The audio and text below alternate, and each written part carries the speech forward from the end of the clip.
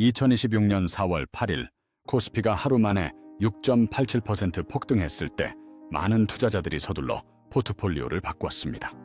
방산주를 팔았고 에너지주를 정리했고 기술주와 반도체를 채워 넣었습니다.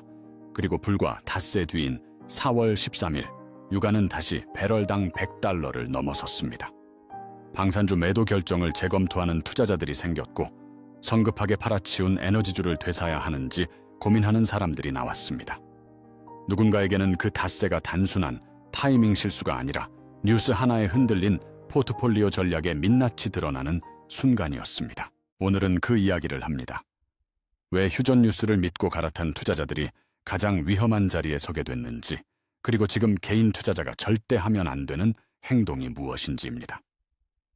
2026년 4월 7일 밤 미국 동부 시간으로 오후 6시 32분 트럼프 대통령이 SNS에 짧은 글 하나를 올렸을 때 전 세계 금융시장의 시계가 동시에 멈췄습니다.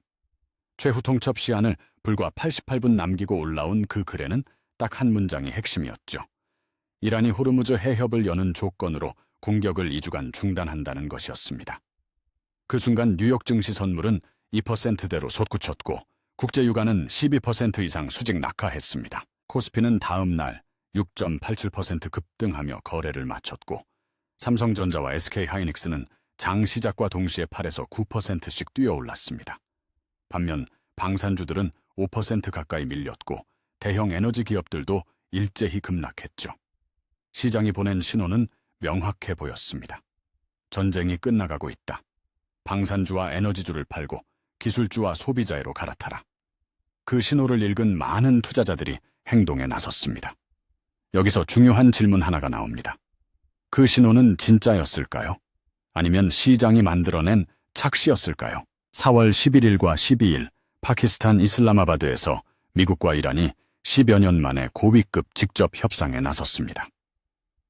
JD 벤스 미국 부통령과 갈리바프 이란 의회 의장이 이끄는 양측 대표단은 무려 21시간에 걸친 마라톤 협상을 이어갔습니다. 전쟁 이후 이루어진 첫 고위급 대면 접촉이었고 기대도 컸습니다. 하지만 협상은 돌파구 없이 끝났고 대화의 문은 남겨둔 채 마무리됐습니다. 핵심 쟁점은 세 가지였습니다. 호르무즈 해협의 완전 개방 문제, 약 400kg에 달하는 고농축 우라늄 처리 문제, 그리고 $270억 규모의 해외 동결 자금 해제 요구입니다. 미국은 이란의 핵 프로그램 포기를 요구했고 이란은 우라늄 농축은 핵 확산 금지 조약 가입국으로서의 정당한 권리라며 맞섰습니다. 벤스 부통령은 이란이 미국의 조건을 받아들이지 않았다고 밝혔고 협상은 돌파구 없이 끝났지만 대화의 문은 완전히 닫히지 않았습니다.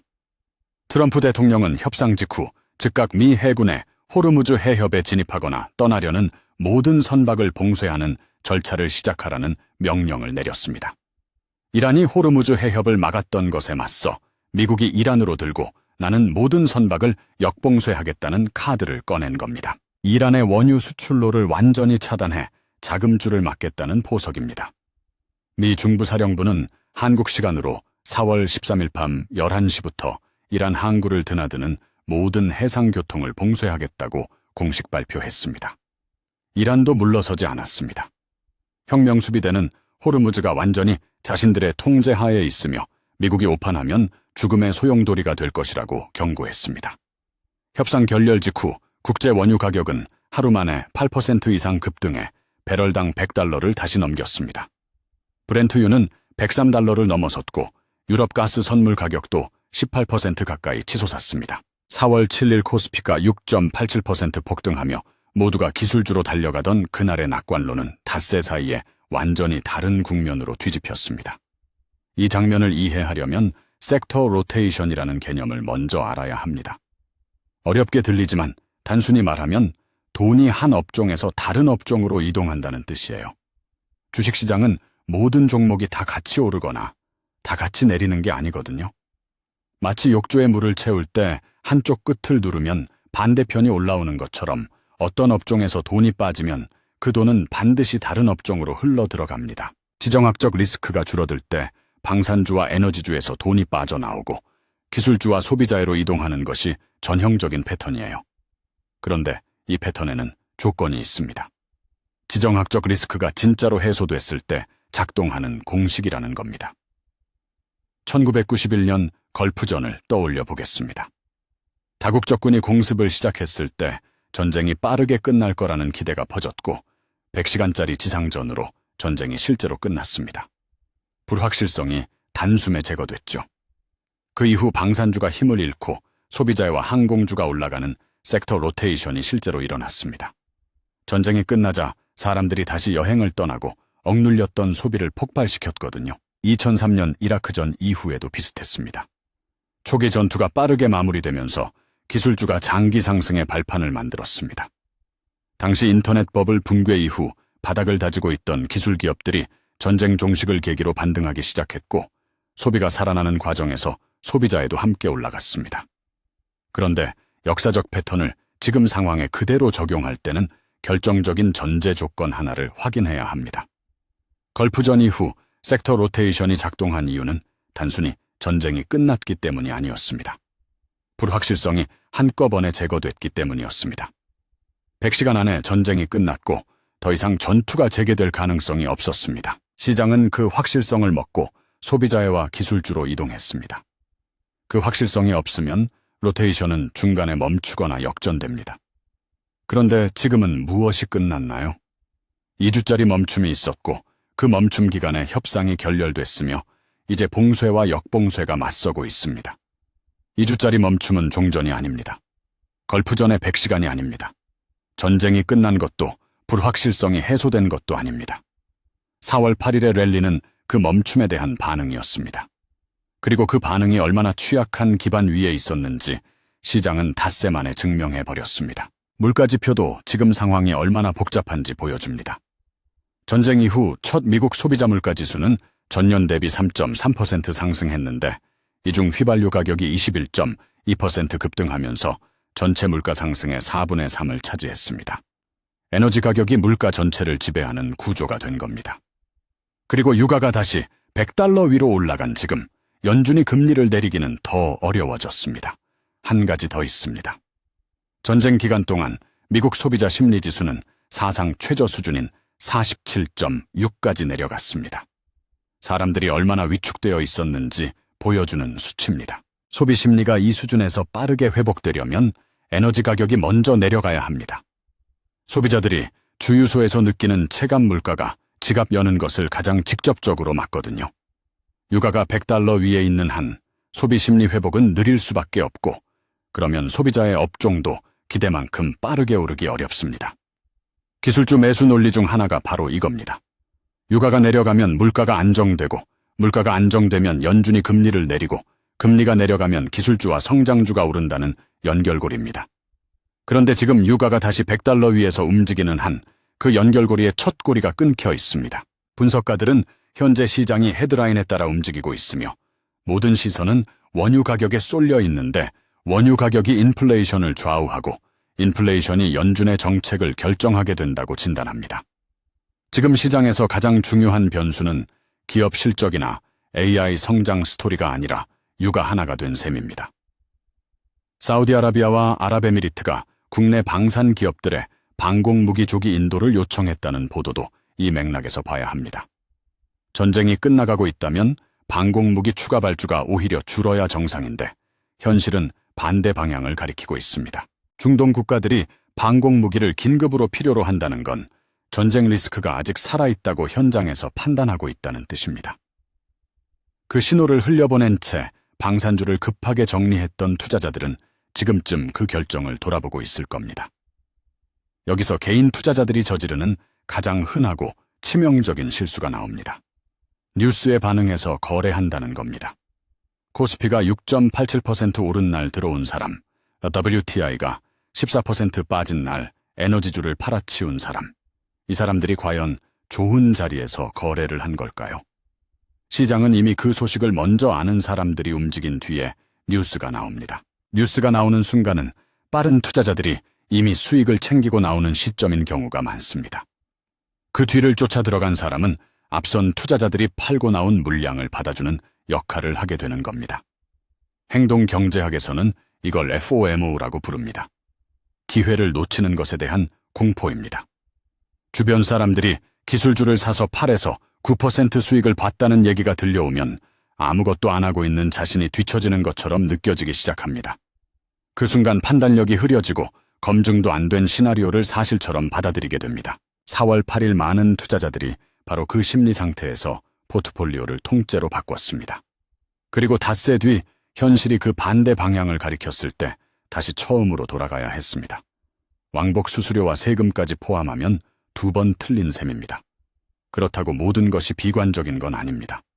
협상이 결렬됐음에도 미국과 이란은 물밑에서 접촉을 이어가고 있다는 소식이 나왔습니다. 트럼프 대통령 자신도 봉쇄 조치를 발표하면서 동시에 이란에서 연락이 왔으며 그들이 합의를 강하게 원하고 있다고 말했습니다. 반도체 실적도 여전히 강합니다. 삼성전자의 1분기 영업이익이 예상치를 훨씬 뛰어넘는 수준으로 나올 것이라는 기대가 나오고 있고 AI 인프라 투자는 전쟁 리스크와 무관하게 가속되고 있습니다.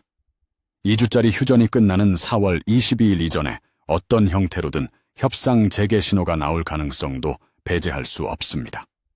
상황은 불확실하지만 완전히 막힌 것도 아닙니다. 한국 경제 입장에서 이 상황은 더 복잡합니다. 한국은 원유 수입 의존도가 높은 나라입니다. 유가가 내려가면 무역 수지가 개선되고 원화 가치도 안정됩니다.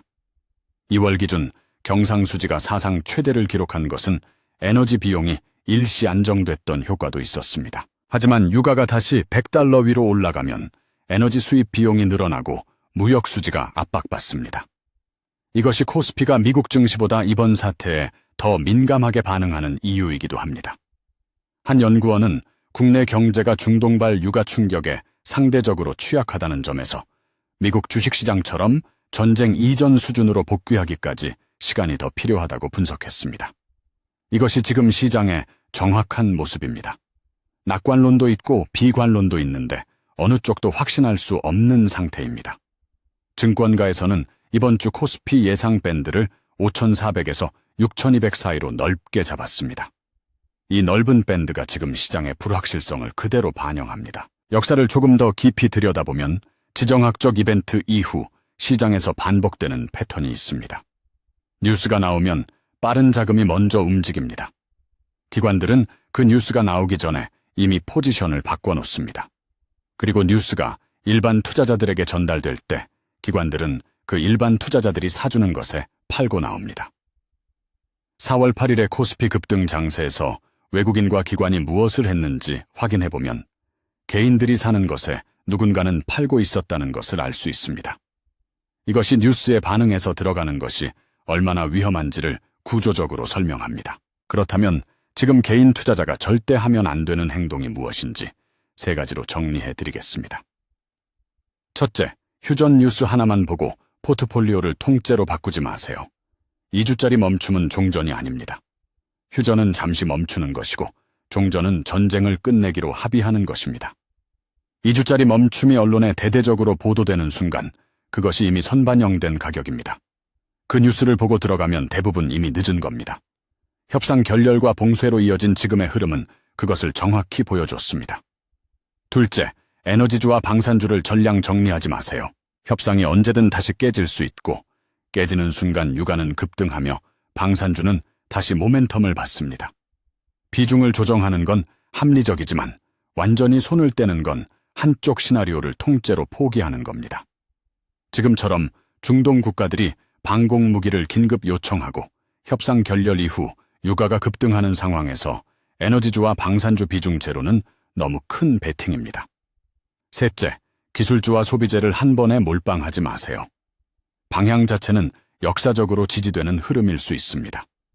종전이 실제로 이루어지고 유가가 안정되면 기술주와 소비재가 오른다는 논리는 걸프전과 이라크전이 증명했습니다. 문제는 지금 그 조건이 아직 만들어지지 않았다는 겁니다.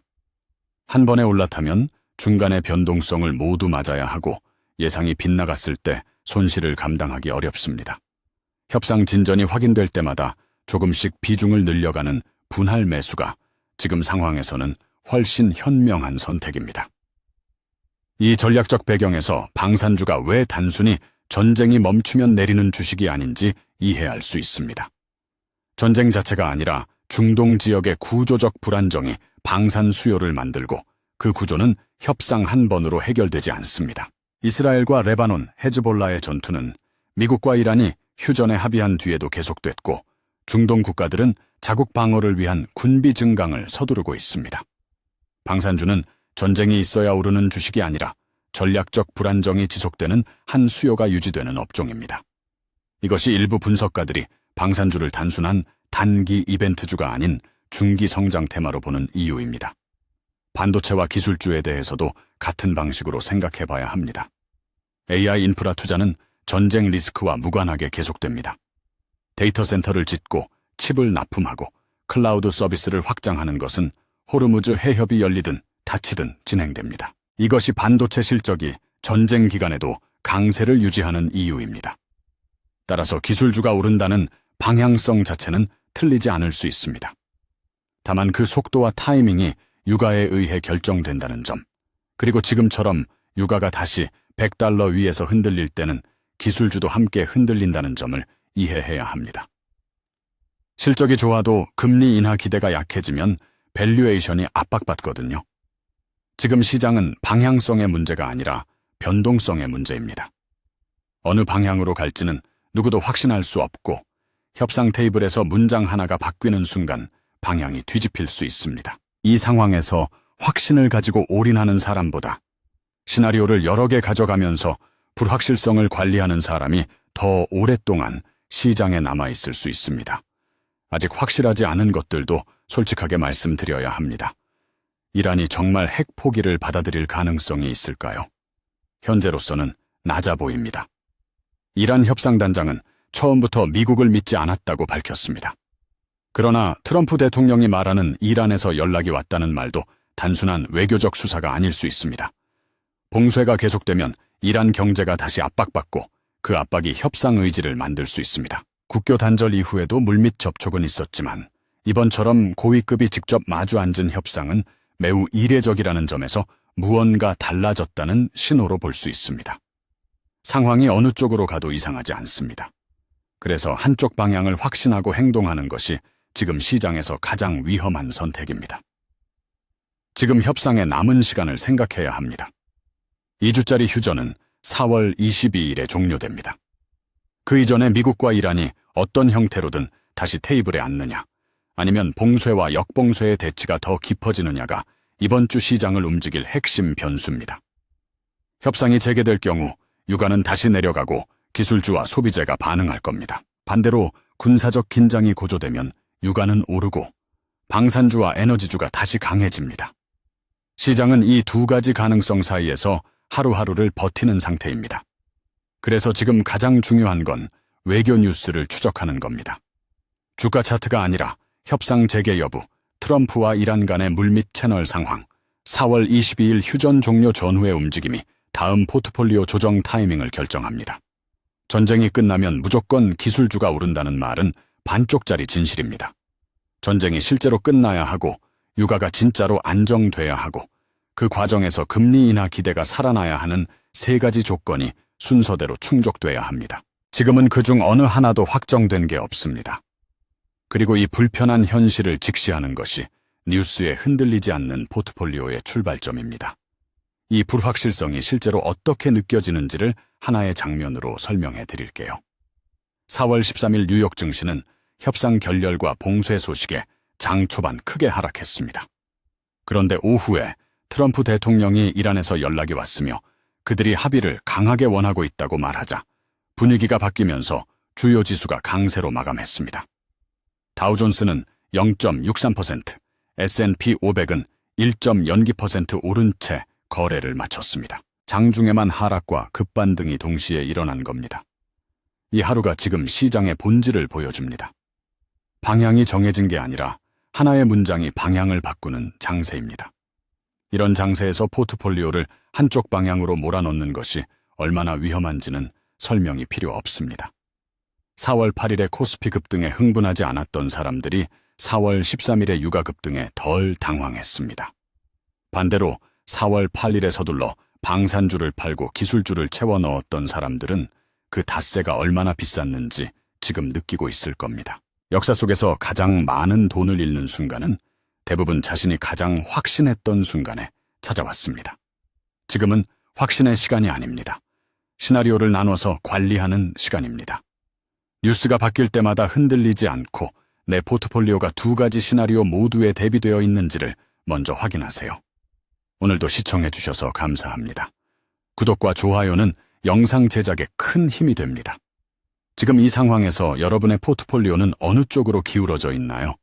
방산주와 에너지주를 유지하고 계신지, 기술주로 이미 갈아타셨는지, 아니면 현금을 늘리며 관망 중이신지 댓글로 이야기 나눠주시면 함께 생각해 보겠습니다.